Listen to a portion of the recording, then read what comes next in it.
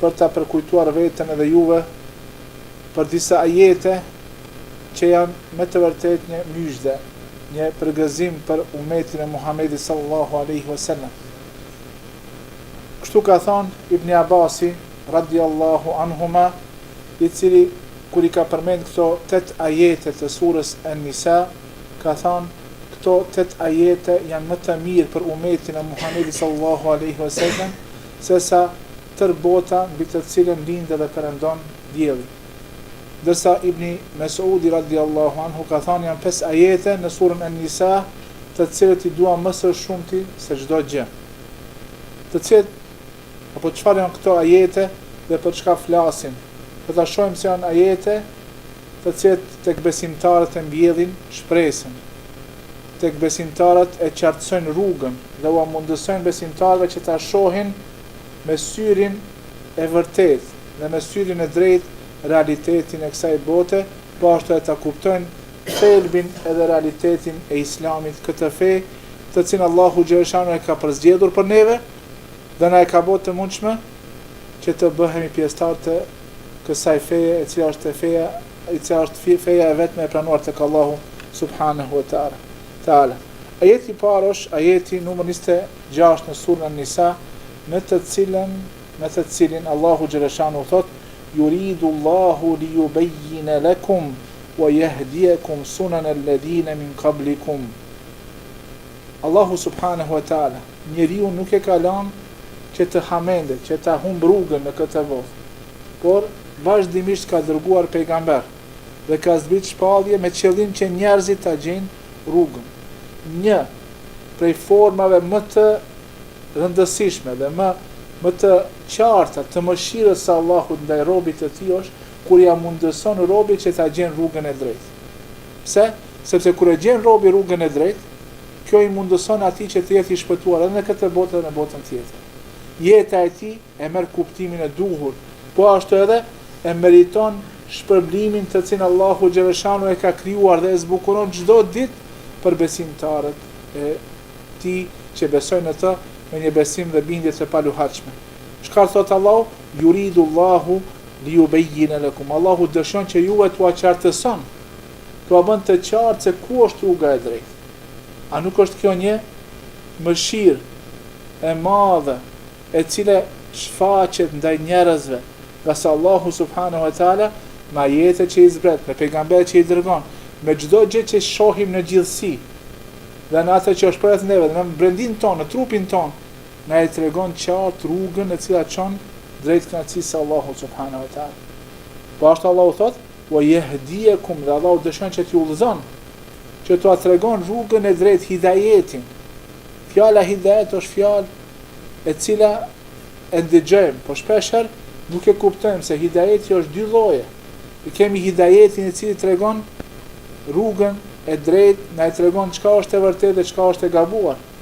Por është një hidayet tjetër i cili është më me rëndësi, ai është hidayeti dhe udhëzimi ku njeriu e kupton edhe e pranon atë rrugë që Allahu e ka caktuar si kur rrugë të vetme e cila e çon drejt kënaqësisë së Allahut subhanahu wa taala. Prandaj, prej mëshirës së Allahut subhanahu wa taala është që në Kur'an edhe në sunetin e Muhammed Mustafa sallallahu alaihi wasallam na i ka bërë të qartë argumentet, na i ka bërë të qartë rrugën e drejtë që si duhet ta ndjekim dhe na e ka treguar po ashtu edhe ligjet dhe sheriatet e pejgamberëve që kanë qenë para Muhamedit sallallahu alaihi wasallam, me qëllim që besimtarët, muslimanët, pjesëtarët të umetit të Muhamedit sallallahu alaihi wasallam të janë të vetëdijshëm për begatinë dhe për mëshirën dhe për mirësitë e Allahut subhanahu wa taala. Kjo është ajeti i parë për të cilin thabi Ibn Abasi ka thënë më të mirë për umetin e Muhamedit sallallahu alaihi wasallam se sa çdo gjë mbi të cilin lind dhe perëndon dielli. Ajeti i dytë është Allahu xhaleshan thot: "Wallahu yuridu an yatuba alaykum." Allahu xhaleshan a dëshiron me na dënu apo dëshiron me e pranu pendimin? Allahu xhaleshanuhu më shumë e dëshiron dhe e don pendimin e robit se sa që ta dënon një njeri që e ka merituar dënimin.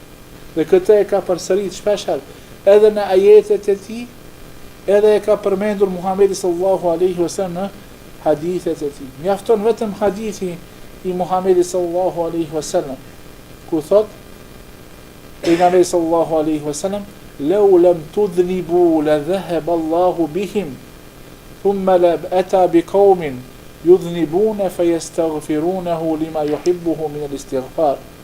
Po të mos ishit mëkatar, po të mos bënit gabime, Allahu do t'ju largonte nga kjo dunja, dhe në vendin tuaj do të kishte sjell njerëz mëkatar, të cilët bëjnë mëkate edhe kërkojnë falje, sepse Allahu xhaleshanuhu e do pendimin, e do ta sheh robin e tij që e pranon gabimin, e pranon lëshimin, e pranon se e ka te i kalu kufirin e asaj që Allahu ja ka leju, edhe kthehet tek Allahu subhanahu wa taala dhe pendohet. Dhe atëherë kur ta vendos këtë robi, atëherë i vjen në mend ky ajet ku Allahu xhaleshanuhu thot: "Wallahu yuridu", Allahu dëshiron që ta pranon pendimin tuaj. "Wa yuridu alladhina yattabi'una ash-shahawat an tamilu maylan 'azima", dërsa ata të cilët i ndjekin epshet e tyre, që veprojnë në mënyrë që nuk e do Allahu xhaleshanuhu, ata çka dëshojnë për robit? Allahu dëshon që ti të kthesh, se një prej kuptimeve të pendimit është kthimi tek Allahu subhanahu wa taala, dërsa ata të cilët e kanë tepruar në mëkate, që i ndjekin edhe ecin mbrapa epsheve të tyre, dëshirojnë nga njeriu që ai të devijon në mënyrën të skajshme. Në mënyrë më të skajshme dëshirojnë që njerëzit të devijojnë. Tu shihet se Allahu subhanahu wa taala nuk është hakmarrës ndaj robërve të tij, por është ai i cili mirëpret pendimin, edhe do pendimin, edhe dëshiron, edhe vullneti i tij është që t'i fal ata njerëz të cilët pendohen tek Allahu subhanahu wa taala. Ajeti i tretë, të bëni pak sabër se janë 8 ajete, por janë ajete që me të vërtetë tek ne du ta ngjallin ndjenjen e imanit të fortë dhe të fuqishëm dhe të bindjes së fortë tek Allahu subhanahu wa taala. Ajeti i tretë thotë: "Yuridu Allahu an yukhaffifa ankum", Allahu xhaleshanuhu me këtë fe, a dëshiron me na e vështirësu neve jetën apo dëshiron me na lehtësu? Nëse i shikojmë këtë dispozitat e sheriatit, do ta shohim se është i vërtet hadithi i Muhamedit sallallahu alaihi wasallam ku thot: "Inna hadha ad-din yusrun", kjo fe, ky din është me të vërtet din, fe e lehtë. Edhe këtë nuk e vështirësojnë përveç njerëzit janë ata që i ndërlikojnë meselet edhe e bëjnë fen që të duket diçka e vështirë dhe e rëndë. Në realitet Allahu xhaleshan dëshon me na e lehtësu. Yuridu Allahu bikumul yusr, Allahu për ju e don të lehtën. Edhe pejgamberi jon Muhamedi sallallahu alaihi wasallam, çdo herë kur i është dhënë mundësia me zgjedh mes dy çështjeve për umetin e çka e ka zgjedhë atë që është më e lehtë. Domethënë kjo fe nuk është diçka e ndërlikuar, nuk është diçka e vështirë, nuk është diçka që e konsiderojmë ngarkesë apo rëndësi mbi supeve tona. Por është diçka që është e lehtë, sepse Allahu thotë: "Yuridu Allahu an yukhaffifa ankum wa khuliqa al-insanu da'ifa". Pse Allahu dëshiron me lehtësu se vetë krijimi i njeriu ka qenë i tillë që kjo krijesë të jetë një krijesë e dobët, një krijesë e cila lehtë mashtrohet, lehtë largohet nga rruga e drejtë, por është edhe një krijesë e cila e ka, nëse e ka vendimin, domethënë e paluhatshëm, e bën atë që Allahu e kërkon prej saj. Domethënë është krijesë, njeriu i cili tek ai mundesh me pa edhe mendosmëri, po ashtu mundesh me pa edhe kur është i luhatshëm dhe kur nuk është i qëndrueshëm në rrugën e drejtë. Prandaj prej mirësive të Allahu subhanahu wa taala, ose Allahu dëshiron që të na e shpjegon, na udhëzon, Allahu xhaleshan dëshiron të pranon pendimin ton, Allahu dëshiron që të na e lehtëson këtë fe, këtë din i cili është kusht që ne të shpëtojmë në këtë botë dhe në botën tjetër. Ajeti i 4 prej këtyre 8 ajeteve është ajeti në cilin Allahu xhaleshan thot: "In tajtanibu kaba'ira ma tunhauna anhu nukaffir ankum sayyi'atikum wa nudkhilukum mudkhalan karima." Nëse ju largoheni prej mëkateve të mëdha, do të thonë nëse ne e vendosim që të shmangim, të largohemi, të distancohemi prej mëkateve të mëdha, prej gjunaheve të mëdha, Allahu xhaleshanuhu do t'i mbulon, do t'i fshin, do të na amniston nga mëkatet e vogla, edhe do ta bën të mundshme që të hyjmë në një vend të mrekullueshëm, domethënë në një xhenet që Allahu e ka krijuar dhe çdo ditë e zbukuron për besimtarët që me qenë ata të cilët do të kënaqen me mirësitë e Allahut subhanahu wa taala. Ktu Allahu xhashana na tregon një lehtësim ku prej neve kërkon që të mundohemi të largohemi prej mëkateve të mëdha. Sepse nëse veprojmë kështu, Allahu xhashana do t'i falë mëkatet ata që janë të vogla. Prej mëshirës së Allahut subhanahu wa taala është që edhe veprat e këqija, mëkatet, i shëndron në vepra të mira. Allahu në Kur'an çfarë thot? Illa man taba wa amana wa amila salihan fa ulaika yubaddilu Allahu sayyiatihim hasanat wa kana Allahu ghafuran rahima. Për ati që pendohet, që beson, që bën vepra të mira, për këta njerëz ka thot Allahu veprat e këqija u shëndron në vepra të mira. A ka mëshirë më të madhe ku ti një mëkat që e ke bë, Allahu e shëndron në një sevap, në një vepër të mirë për shkak të besimit, për shkak të pendimit dhe për shkak të veprës së mirë.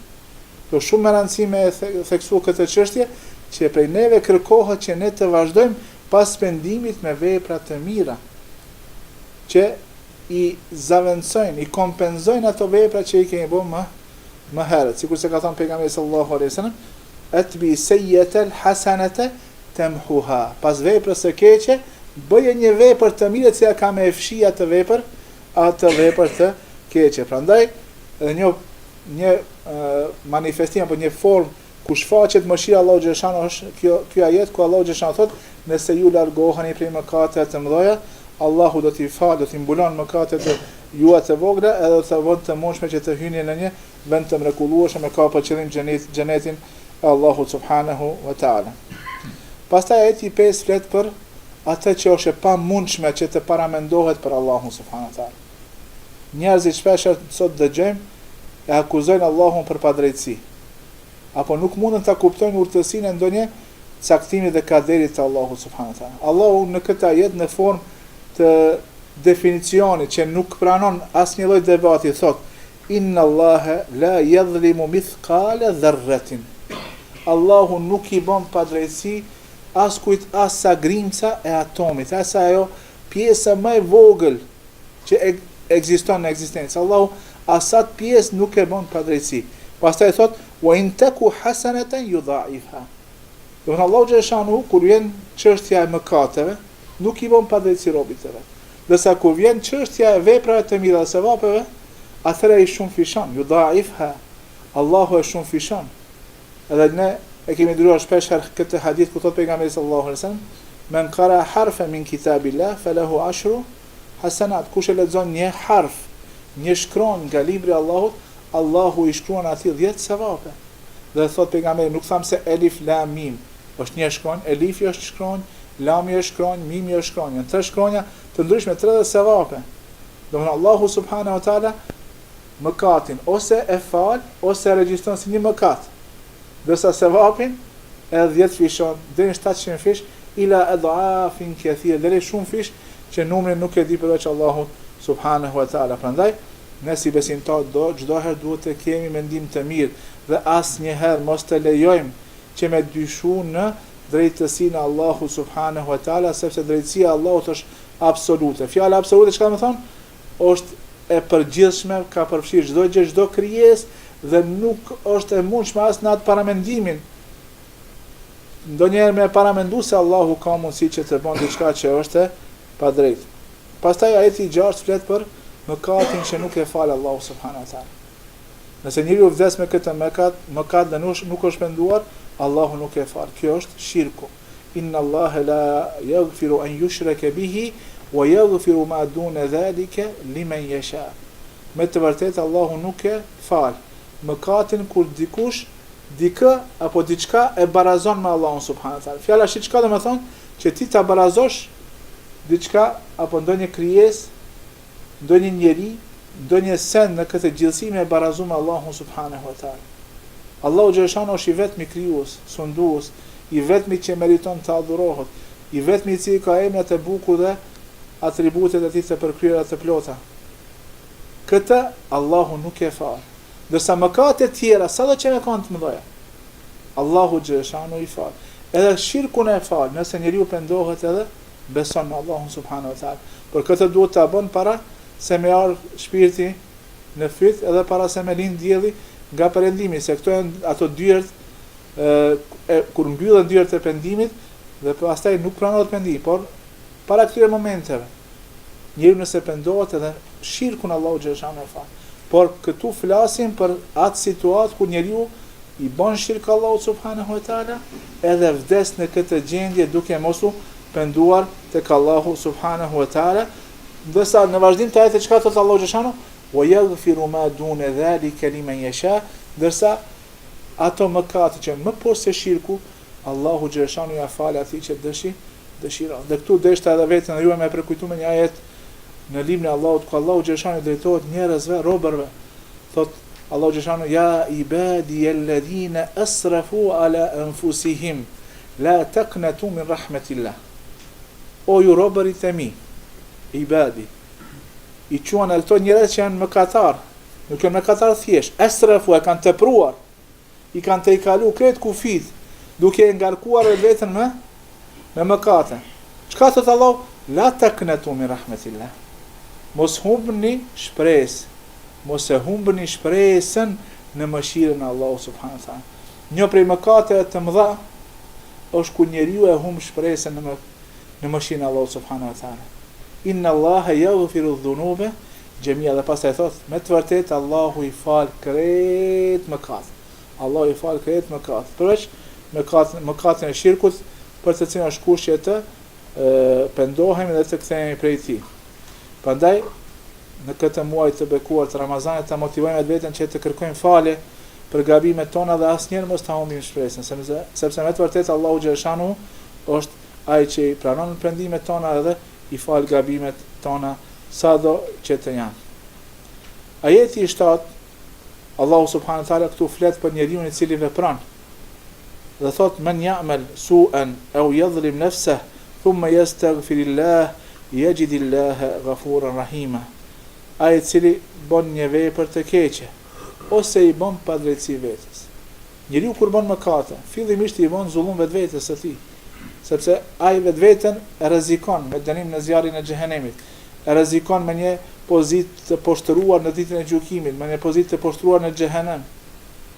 Prandaj Allahu xhaleshanu i përkujton këta njerëz dhe u hap derën e pendimit dhe thot: o ju njerëz, secili nga ju që bën vepër të keqe apo i bën padrejtësi vetvetes, pastaj kërkon falje, astaghfirillah, kërkon falje për Allahu xhaleshanu, yajidillaha ghafuran rahima, do ta sheh se Allahu është Gafur, ai i cili i fal gabimet, edhe ai i cili është i mëshirshëm, Rahim.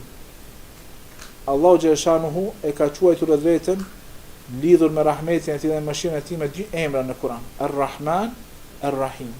Thënë dietat, Ar-Rahman është ai i cili ka mëshirën e përgjithshme për gjithë krijesat. Ndërsa Ar-Rahim është një mëshirë e veçantë për besimtarët, një mëshirë e veçantë për besimtarët.